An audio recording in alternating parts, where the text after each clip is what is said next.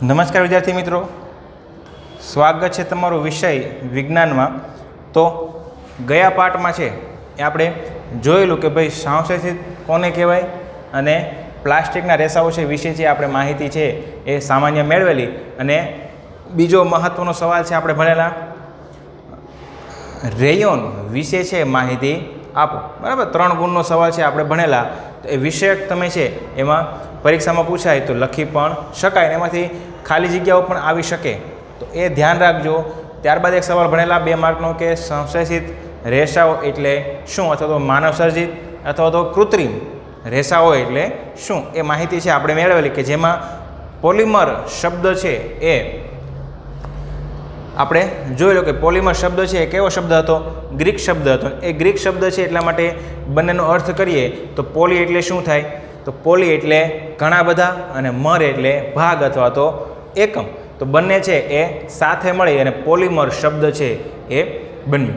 તો પોલિમર જે છે એ ઘણા બધા નાના નાના એકમો છે વારંવાર પરાવર્તિત થઈ અને બનતો એક ખૂબ જ મોટો એકમ, અને એ એટલે પોલિમર। તો પોલિમર જે છે એ પોલિમરનું કાપડ કોઈ હોય, કૃત્રિમ કાપડ છે બરાબર, તો એમાં છે ઘણા બધા એક સરખા એકમો એકબીજા સાથે શું થયેલા હોય? જોડાયેલા। આપણે મણકાની જે વાત કરેલી સેફ્ટી પિન જે એકબીજા સાથે જોડીએ તો સેફ્ટી પિન છે એમનો આકાર કેવો હોય? દરેકનો એક જ સરખો હોય પણ એકબીજા સાથે શું હોય?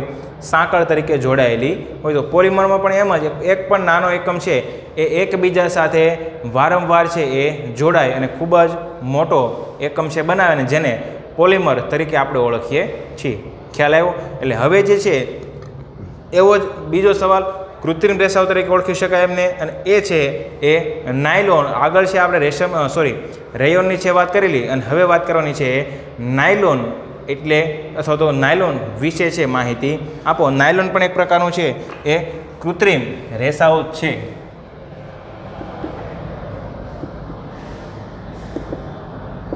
નાયલોન વિશે માહિતી આપ। તો નાયલોન છે એ શરૂઆત કરીએ કે નાયલોન જે છે એક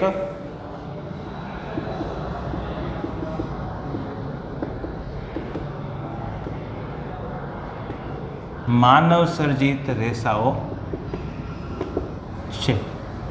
આપણે રેયોન જે છે એ લાકડાના માવામાંથી બનાવેલું બરાબર, પણ નાયલોન જે છે એ સંપૂર્ણ માનવ સર્જિત છે। એટલે એનો અર્થ એવો થતો હોય છે કે રસાયણોમાંથી છે એમને બનાવવામાં આવે છે। તો અહીંયા જે છે એ નાયલોન માનવ સર્જિત રેસાઓ છે કે જે સંપૂર્ણ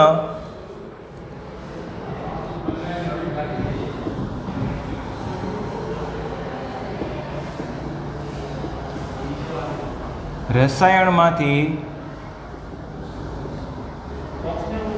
બનાવવામાં આવે છે, બરાબર।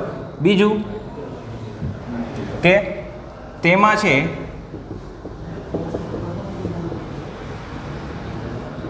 કોઈ કુદરતી કાચા માલનો ઉપયોગ થતો નથી। ખ્યાલ આવ્યો? એટલે એમાં છે કોઈ કુદરતી કાચા માલનો છે ઉપયોગ કરવામાં આવતો નથી।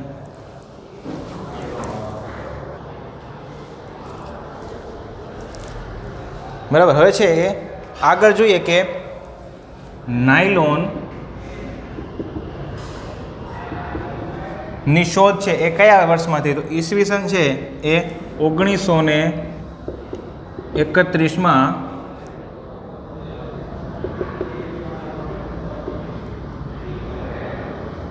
શોધ થઈ હતી। ઈસવીસન યાદ રાખજો, 1931માં છે એ નાયલોનની શોધ કરવામાં આવી હતી। તો હવે છે એ નાયલોન છે શેમાંથી બને છે? તો નાયલોન એ પાણી, કોલસો અને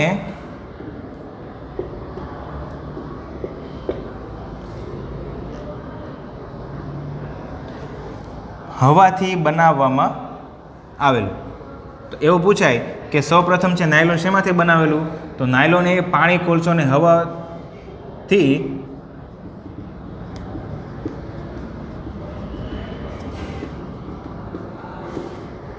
સૌપ્રથમ બનાવવામાં આવ્યું હતું? સૌપ્રથમ નાયલોન છે પાણી, કોલસો અને હવાના મિશ્રણથી બનાવવામાં આવેલું હતું. બીજું તો નાયલોન એ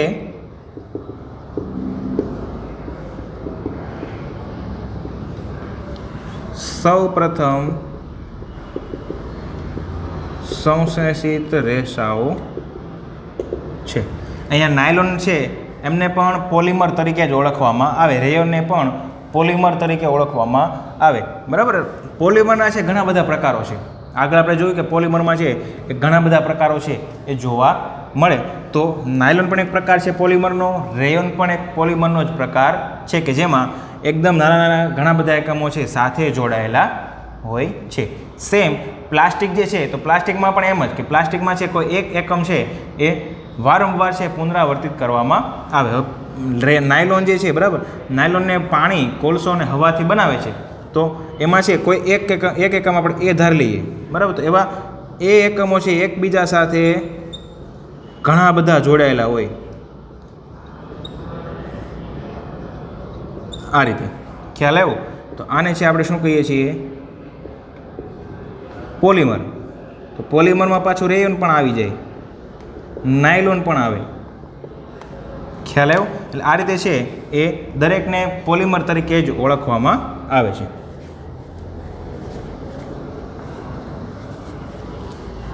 તો નાયલોન છે સૌપ્રથમ શોધ કરવામાં આવેલું સૌથી પહેલાં સંશ્લેષિત રેસાઓ તરીકે ઓળખવામાં આવે છે. બીજું હવે એમના ગુણધર્મો.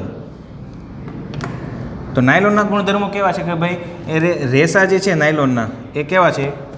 મજબૂત છે. અહીંયા લખી દઈએ ગુણધર્મો.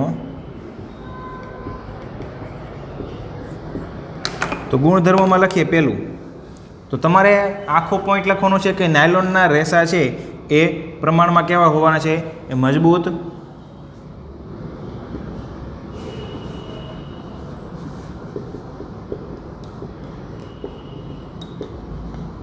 સ્થિતિસ્થાપક અને ત્રીજું છે એ વજનમાં કેવા હોય છે?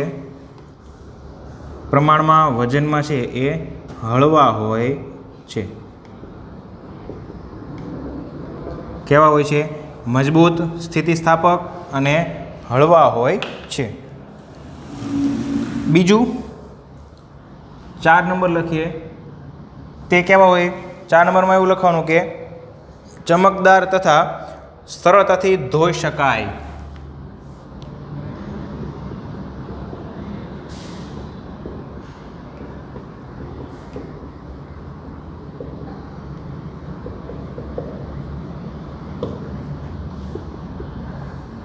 ચમકદાર હોય રેશમ જેવા અને સરળતાથી એમને છે ધોઈ આપણે શકીએ છીએ. તો ચોથો ગુણધર્મ છે ચમકદાર અને સરળતાથી ધોઈ શકાય. પાંચમો ગુણધર્મ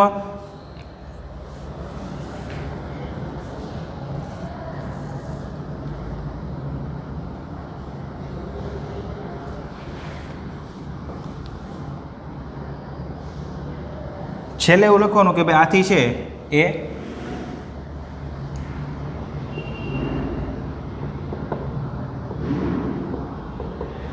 કાપડ બનાવવા માટે ઉપયોગી છે. ખ્યાલ આવ્યો? ફરી વખત ગુણધર્મો જોઈએ કે ભાઈ નાયલોનના રેસાઓ છે પ્રમાણમાં કેવા હોવાના છે? મજબૂત છે, સ્થિતિસ્થાપક છે, હળવા એટલે અન્ય રેસાઓ કરતાં છે વજનમાં કેવા છે? હળવા છે. ત્યારબાદ તો કે એ રેશમ જેવા છે ચમકદાર હોવાથી એમને કાપડ અથવા તો સરળતાથી ધોઈ શકાતા હોવાથી એમને કાપડ બનાવવા માટે આપણે ઉપયોગમાં લઈ શકીએ.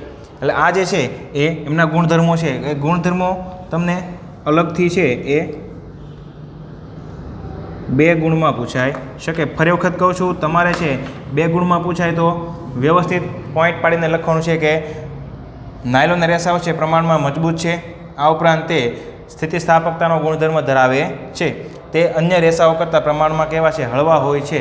ત્યારબાદ તો કે એ રેશમ જેવા, તે કુદરતી રેશમ જેવા ચમકદાર અને સરળતાથી ધોઈ શકાય છે. આથી એમનો ઉપયોગ છે કાપડ બનાવવા માટે કરવામાં આવે છે. આટલું લખશો તો જ 2 માર્ક છે એ મળશે. ટૂંકમાં છે એ લખવાનું નથી. ત્યારબાદ એમના ઉપયોગ, તેમાં ઉપયોગમાં છે એ પેલું લખવાનું કે ભાઈ મોજા બનાવવામાં એનો ઉપયોગ થાય, ત્યારબાદ દોરડા, પછી તંબુ એટલે કે આપણે જે કેમ્પ કહીએ તે, તો કેમ્પમાં જે કાપડ વપરાય તો એ પણ શેનું હોય છે, નાયલોનના રેસાનું બનાવવામાં આવે છે. ત્યારબાદ ટૂથબ્રશ, બરાબર, પછી છે એ કારના સીટ બેલ્ટ,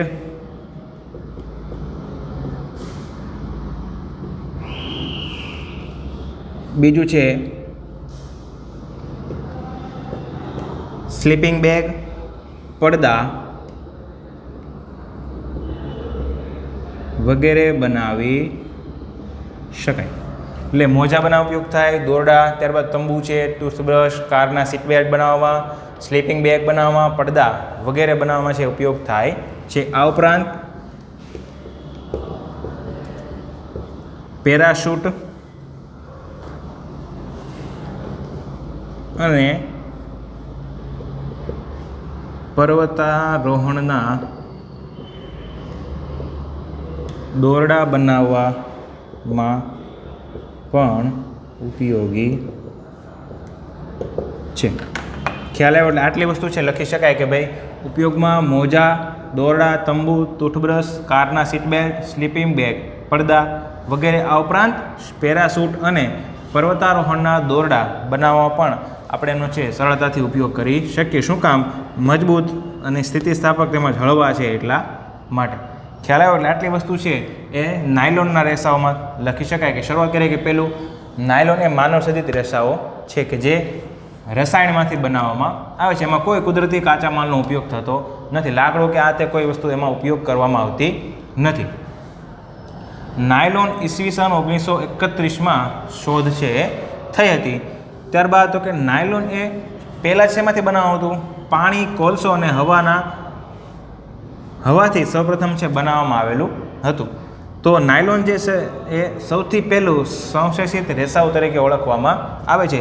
ત્યારબાદ એમના ગુણધર્મો કે જે અલગથી બે ગુણનો સવાલ પૂછાય તો મજબૂત છે, સ્થિતિસ્થાપક છે, હળવા હોય છે, ચમકદાર અને સરળતાથી ધોઈ શકાય એવા. આથી કાપડ બનાવવામાં ઉપયોગમાં આપણને આવે. અને ઉપયોગ ક્યાં થાય છે એમનો?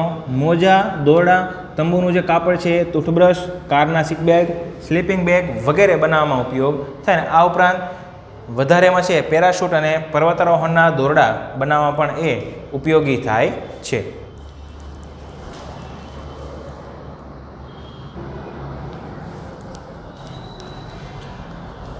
જોઈએ હવે આગળ છે જોવાનું છે કે પોલિએસ્ટર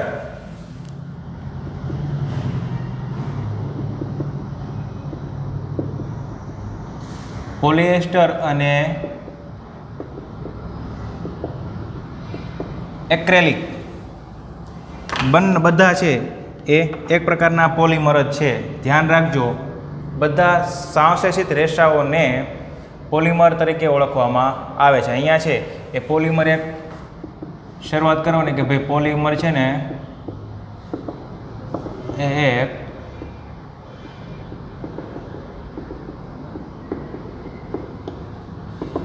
સંશ્લેષિત રેસાઓ છે. પોલિએસ્ટર, પોલિમર નહીં કહેવાય, પોલિમર જ પણ લખવું પડે પોલિએસ્ટર. તો પોલિએસ્ટર એક સંશ્લેષિત રેસાઓ છે. શબ્દ છૂટા પાડીએ પોલી વત્તા એસ્ટર, બરાબર. તો પોલી એટલે આપણે જોયું તો કે ઘણા બધા, એસ્ટર એ એક એકમ છે. તો એનો અર્થ એવો થાય કે પોલિએસ્ટર એટલે કે ઘણા બધા એસ્ટરના એકમો છે એ સાથે જોડાયેલા છે. પોલિએસ્ટર એટલે કે પોલી એટલે ઘણા બધા એસ્ટરના એકમો છે એકબીજા સાથે જોડાયેલા છે. તો ત્યારે શું બને છે? પોલિએસ્ટર છે એ બને છે. ખ્યાલ આવ્યો? હવે આગળ લખવાનું કે જાણીતું સ્વરૂપ અને એ પી. તો પીઈટીનો ઉપયોગ છે ક્યાં થાય? તો ઘણી વખત છે એ તમારા મમ્મી છે ઘરમાં અમુક બોટલોનો ઉપયોગ કરતા હોય, બરાબર. તો એ જે છે એ બોટલો બનાવવા, આ ઉપરાંત વાસણો બરાબર. પછી ફિલ્મ એટલે કે પ્લાસ્ટિકનું જે છે એ પાતળું ફિલ્મ બનાવવા અને વાયરો બનાવવા માટે છે એ એમનો ઉપયોગ કરવામાં આવે. શેનો? પોલિએસ્ટરનો ઉપયોગ એ માટે છે કરવામાં આવતો હોય. તો તમારે છે શું કરવાનું છે?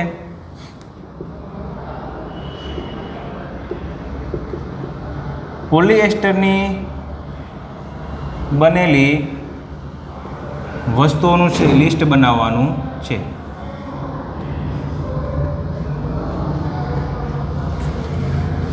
ખ્યાલ આવ્યો? તમારે આજુબાજુમાં જોઈ લેવાનું, કોઈ જગ્યાએ છે એ પોલિએસ્ટરનું છે એ વસ્તુ હોય તો એમનું છે એ લિસ્ટ બનાવવાનું છે. ખ્યાલ આવ્યો? એટલે આ છે પીઈટી પોલિએસ્ટરનું એક ખૂબ જ જાણીતું સ્વરૂપ. આગળ આપણે વાત કરી કે પોલિએસ્ટર શું છે, તો પોલી એટલે ઘણા બધા, એસ્ટર એટલે કે એક એકમ. તો પોલિએસ્ટર એટલે કે ઘણા બધા એસ્ટરના એકમો ભેગા થાય તો એમને કહેવામાં આવે છે પોલિએસ્ટર તરીકે આપણે છે ઓળખી શકીએ. હવે આગળની જે વાત છે એ એક્રેલિકની વાત છે. શેની વાત છે? એક્રેલિકના રેસાઓની છે આપણે વાત કરીએ.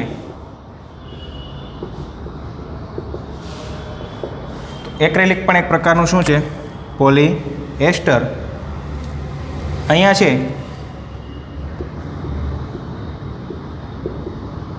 શિયાળામાં સ્વેટર, શાલ, બરાબર, ધાબળા બનાવવામાં પણ છે એ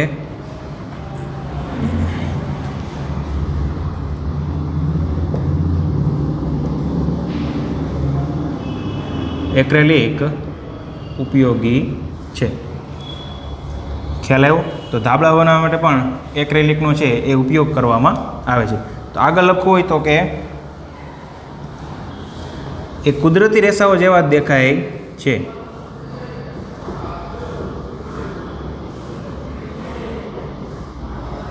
સેમ છે એ કુદરતી રેસાઓ જેવા જ આપણને દેખાય, પણ તે કુદરતી રેસાઓ નથી. આથી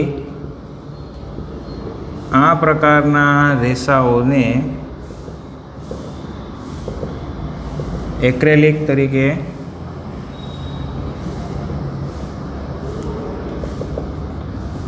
ઓળખવામાં આવે છે. ખ્યાલ આવ્યો? કુદરતી રેસા જેવા જ દેખાય પણ એને કુદરતી રેસા તરીકે આપણે ઓળખી શકીએ નહીં, માટે તેને એક્રેલિક તરીકે છે ઓળખવામાં આવે છે. બીજું છે એ જોઈએ કે કુદરતી રેસામાંથી મેળવેલું ઊન ખૂબ જ મોંઘું હોય છે ને જ્યારે એક્રેલિકના રેસામાંથી બનેલું કાપડ સસ્તું હોય. તો કુદરતી રેસામાંથી મળેલું ઊન એ પ્રમાણમાં કેવું હોવાનું છે? મોંઘું, બરાબર. પણ એક્રેલિકના રેસામાંથી મળેલું, એક્રેલિકના રેસા જે છે એમાંથી જે કાપડ બને પ્રમાણમાં કેવું હોય છે? સસ્તું હોય છે. કેવું હોય? સસ્તું હોય છે. અહીંયા જે ખાસ યાદ રાખજો, કુદરતી રેસાઓ મળતા હોય તો એ પ્રમાણમાં કેવા હોવાના છે? મોંઘા. જ્યારે એક્રેલિકના રેસાઓ છે પ્રમાણમાં કેવા હોય છે? સસ્તા હોય છે. કેમ કે એ રસાયણોમાંથી છે આપણને મળે છે, એટલા માટે પ્રમાણમાં સસ્તા જોવા મળે છે.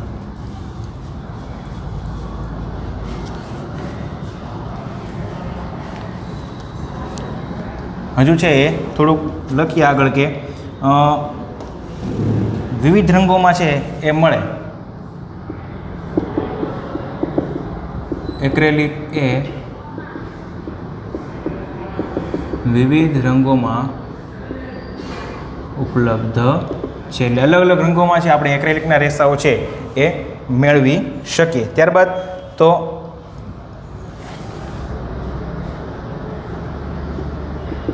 વધુ ટકાઉ હોય છે, એટલે કે લાંબા સમય સુધી છે કાપડને કંઈ થતું નથી અને લાંબો સમય સુધી છે એ કાપડ છે એ ટકતું હોય છે, સરળતાથી ફાટી પણ જતું નથી. આટલા માટે એ સસ્તા અને ટકાઉ હોવાથી ખૂબ જ પ્રચલિત છે. ખ્યાલ આવ્યો? એટલે આ છે એ એક્રેલિકના રેસાઓની વાત આપણે કરી કે શિયાળામાં સ્વેટર શાલ ધાબળા બને છે, કયા છે? એક્રેલિકના છે.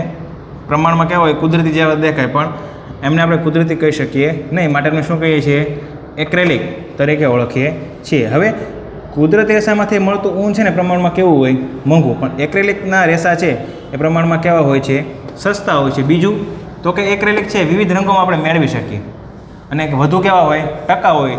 આ કારણે સસ્તા અને ટકાઉ હોવાથી ખૂબ જ પ્રચલિત છે. હવે આગળનો ભાગ છે એ જોઈશું આવતા લેક્ચરમાં. વિડીયોમાં દર્શાવેલ દરેક પોલિએસ્ટરના ભાગ છે એ વ્યવસ્થિત લખવાના છે. જે હોમવર્કમાં છે બધા સવાલ છે પોઈન્ટ વાઇઝ લખવાના છે અને વ્યવસ્થિત છે પાકા કરવાના છે. નમસ્કાર.